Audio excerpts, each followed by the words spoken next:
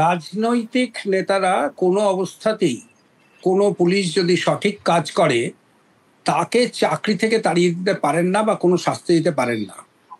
তাহলে কি জিনিসটা রইল হচ্ছে যে তার অকালে কোনো একটি জায়গা থেকে অন্য জায়গায় পোস্টিং, স্থান পরিবর্তন, 1 নম্বর। 2 নম্বর হচ্ছে তথাকথিত গুরুত্বপূর্ণ পোস্ট, সেখানে তার পোস্টিং না দিয়ে একটু কম গুরুত্বপূর্ণ জায়গায় দেওয়া। এটাও একটু ছোট্ট করে এক লাইন ব্যাখ্যা করে দিই। গুরুত্বপূর্ণ বলতে আমি বুঝি যে হয় সেখানে কিছু ইল্লিগাল ইনকাম, বেআইনি আয়ের কিছু সমস্যা থাকতে পারে, মানে সুযোগ থাকতে পারে, অথবা সেইটি রাজনৈতিকভাবে গুরুত্বপূর্ণ একটি এলাকা যেখানে হয়তো রাজনৈতিকভাবে শক্তিশালী কোনো নেতা থাকেন যার কাছাকাছি ওই পুলিশ অফিসার থাকতে চাইছেন কোনো কারণে। এই 3টে জিনিস যদি কোনো পুলিশ অফিসার মনে করেন যে আমি এই 3টে তোয়াক্কা করি না, আমি ট্রান্সফারেরও তোয়াক্কা করি না এবং আমি কোনো পোস্টের গুরুত্ব দেখব না, যে পোস্টে দেওয়া যাবে সেই পোস্টেই কাজ করব, তাহলে কোনো ধরনের রাজনৈতিক চাপই তাকে নিতে হবে না। সুতরাং যারা রাজনৈতিক চাপের কথা বলেন তারা চাপটাকে আহ্বান করে নেন নিজেদের কাছে। কোনো রাজনৈতিক চাপ কোনো পুলিশের উপরে বাধ্যতামূলকভাবে পড়তে পারে বলে আমি আমার চাকরি জীবনে আমি দেখিনি। তো এই যে মন্তব্য করলেন মেয়র, সেটাকে আপনি এই রাজ্যের বর্তমান পরিস্থিতিতে এই মন্তব্যের সম্পর্কে আপনি কি বলবেন? যেটা স্যার বলছিলেন আমি সেই লাইনই বলবো যে এই জিনিস যে আগে হয়নি তা কিন্তু নয়। আগেও যে আগ্নেয়াস্ত্র উদ্ধার হয়নি বা আগ্নেয়াস্ত্র এখানে কারখানা খুঁজে পাওয়া যায়নি অথবা সেই আগ্নেয়াস্ত্র ব্যবহার করে খুন খারাপি হয়নি, এটা কিন্তু নয়। এটা আমরা আগের বামফ্রন্টের সময়ও দেখেছি, এখনকার সরকার যে আছেন সেই সময় আছে। এটা পুলিশের একটা কাজ, পুলিশের কাজের একটা অঙ্গ। এটা ব্রিটিশ আমল থেকে আছে। রডা অস্ত্র আইন মামলা যেখানেই হয়েছিল, যেখানে প্রচুর অস্ত্র উদ্ধার হয়েছিল। সুতরাং এটা নতুন কিছু নয়।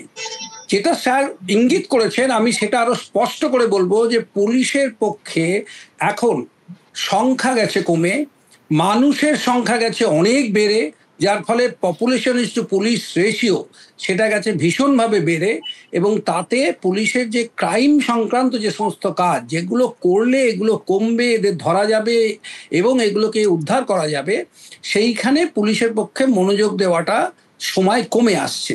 তো আমাদের প্রচুর ভ্যাকেন্সি রয়েছে, যত তাড়াতাড়ি সম্ভব সেই ভ্যাকেন্সিগুলোকে যদি ফিল আপ করা যায়, পুলিশকে যদি যথেষ্ট শক্তিশালী করে দেওয়া যায় অন্তত সংখ্যায়, তাহলে কিন্তু আমরা আরো বেশি অপরাধ নিয়ন্ত্রণ করতে পারবো। তো সেই দিক থেকে বলতে গেলে ডেফিনেটলি পুলিশের একটা সিস্টেমেটিক নিশ্চয়ই দুর্বলতা রয়েছে, সেটা থেকে আমাদেরকে সবাই মিলেই বেরিয়ে আসতে হবে। তবেই কেবলমাত্র এই ধরনের অপরাধের উপর আমাদের আরো বেশি নিয়ন্ত্রণ করাটা সম্ভব হবে।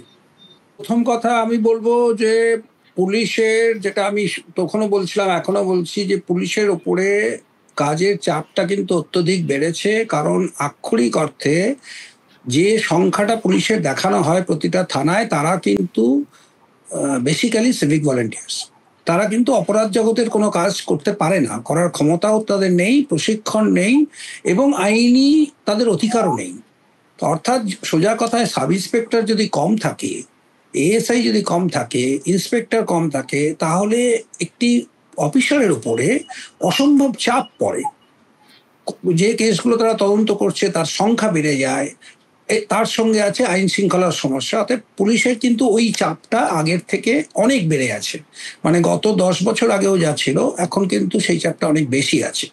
এছাড়া পপুলেশন বেশি, ক্রাইমের ধরন চেঞ্জ হচ্ছে এবং ক্রাইমের যেরকম প্যাটার্ন চেঞ্জ হচ্ছে, সেই ক্রাইমে প্রশিক্ষণরত পুলিশের সংখ্যাটাও কিন্তু কম।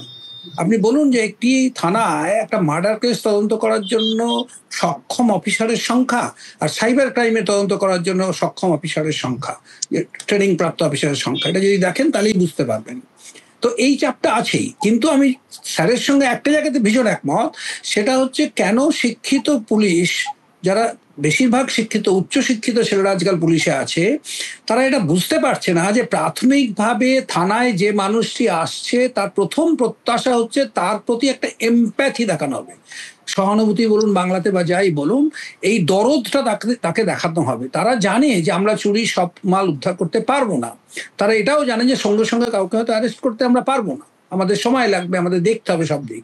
কিন্তু তারা যেটা দাবি করে সেটা হচ্ছে পুলিশের একটা দরদি মুখ, তাকে বসতে বলবে। এবং আমি জানি কলকাতা পুলিশে আমাদের একজন অফিসারই তিনি একটা জিনিস চালু করেছিলেন সফট স্কিল ট্রেনিং এ, যেখানে পুলিশকে প্রাথমিকভাবে বলা হয়েছিল যে ডিউটি অফিসার যিনি আসবেন বাইরে থেকে লোকটি তাকে বলবেন বসুন, আপনি কি এক গ্লাস জল খাবেন। এটা শুরু হলো আজ থেকে আমি বলছি বছর 5-6 আগেও, এবং তারপরে সেটা আবার উঠেও গেল। তো যাই হোক, সেটা জাস্ট একটা আমি প্রতীকী ব্যবস্থা বলছি, কিন্তু একটা প্রথম যেটা দরকার সেটা হচ্ছে যেটা স্যার বলছেন যে হাসপাতাল এবং থানা এখানে প্রাথমিকভাবে মানুষ যেটা আশা করে সেটা হচ্ছে একটা দরদ, একটা ভেতর থেকে তাগিদ যে হ্যাঁ বলুন আপনার জন্য আমি কি করতে পারি। এইটা প্রথম কথা ভীষণভাবে দরকার।